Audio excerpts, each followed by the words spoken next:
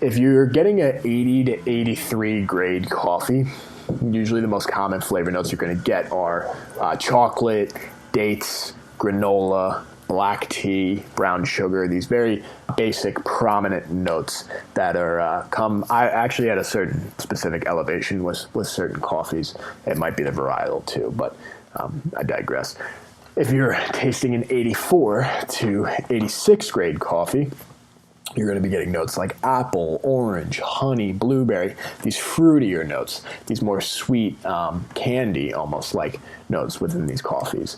If you're dealing with 86 plus, you're going to be getting more floral, more honeysuckle, jasmine, hibiscus, lemon, and lime, these very delicate, nuanced flavors that require a pretty skilled roaster to really bring these out fully without completely muting them. When you are first starting in coffee, it's easier to identify the more common tasting notes found in most coffee shops today. Most of the drinks that you're getting, the cappuccinos, the lattes, cortados, flat whites, any espresso-based drink, is going to be a blend of about 80 to 83, maybe 84 grade, maybe up to 85 grade coffees, but that lower end of the 80 scale because of cost.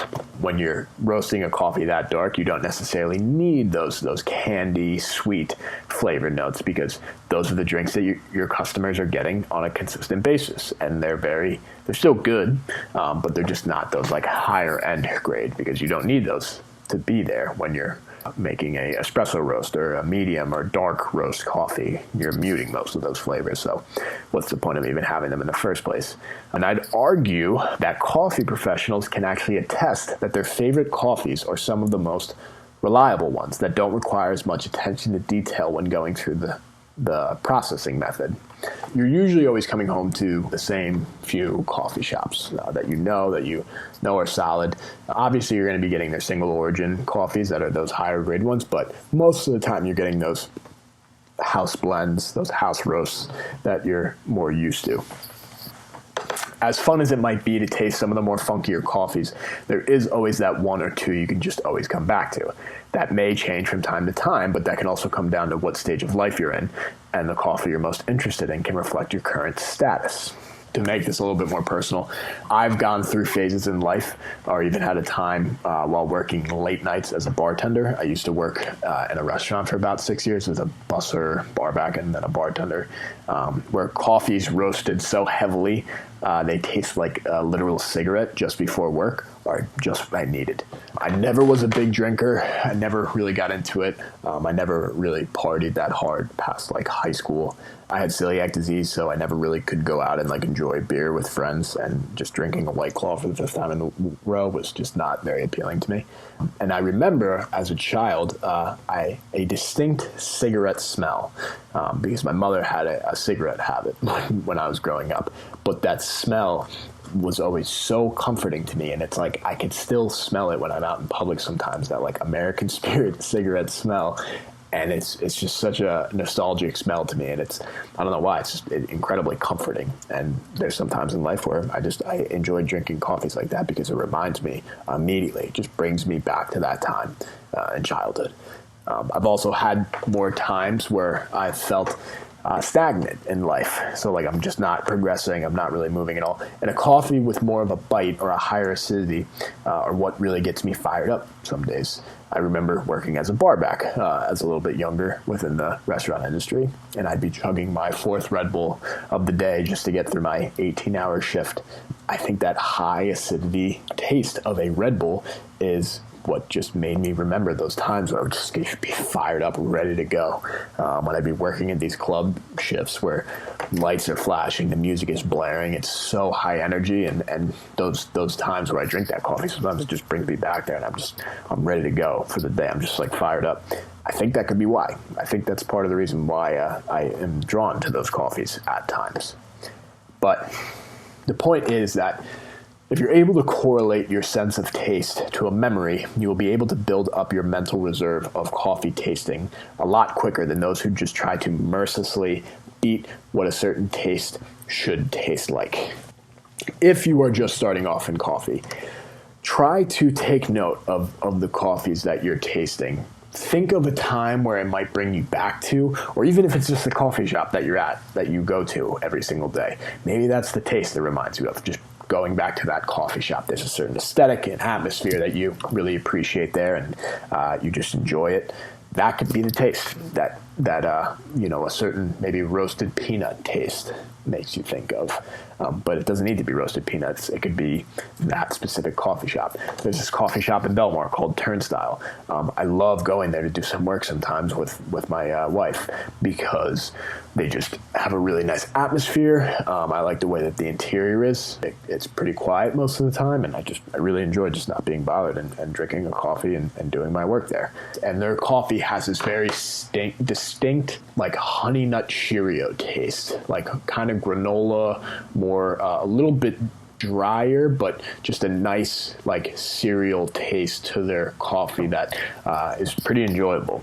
And that's what that tastes. That's what I associate it with. So again, if you're just starting off, I would just really try to stick to the basics and what those specific tastes remind you of, just to build up that foundation for what you have. When you eat certain foods, remember that. Really try to just focus and pay attention to what kind of acidity it has, whether it's acetic or malic or phosphoric. You probably don't know what those acids are, but if you get your Q grader exam, you will know what those acids are. But just try to take note of the differences between the two and which different foods have, because you'll be looking to that if you're going to get your Q grader exam. This is the document. Well, this is the actual grading structure that I use when I'm grading coffees. It's a really simplified version of this SCA PDF that I'm going to link within this course description, because I think that's too complicated if you're just getting into coffee. If you want to use that, fine, but this is the structure that I use for the coffees that I taste. I taste about 5 to 10 coffees every single week, and this does me just fine in finding quality, high-end coffees that I don't need to go through this lengthy process every time going through. So I don't know if you can see that. It's the FATO, means fragrance. These are the numbers of the coffee. So 1, 2, 3, 4. Fragrance, aroma, taste, overall. Every category that we've talked about really falls under those 3 or 4 grading systems. In taste, you can start to focus on the body of coffees, what kind of mouthfeel it has, the level of acidity that it has. You can even do type of acidity if you know how to identify those. Fragrance and aroma, those are going to be 2 different smells that you get, whether it's dry or wet. I will also draw like an arrow pointing in the direction which, if the coffee is improving in flavor, or if it's disproving in flavor, disapproving, because that's something you have to keep in mind. If you're contracting a coffee, if you're contracting a new coffee, you have to think of when the customer is actually going to be enjoying that coffee. So if you own a coffee shop, right, and you're creating an espresso blend, you want to know what that coffee tastes like immediately. Because a lot of drinkers are just going to be getting espresso, chugging it, and that's it. They're done. You want it to be a very easy cup of coffee, nothing that's like too funky, because it's going to be something that sticks with them for the rest of the day. You got to know what it tastes like with a cappuccino and a latte, with a lot of these milk-based drinks. Can you still taste it when you have those additives within the coffee? If you're contracting a single origin coffee, does it have this really nice flavor that lasts for a long time? Because people are going to be drinking on it for a long time. They're not just going to be chugging it. They're going to want to enjoy it and see how the flavor develops over time.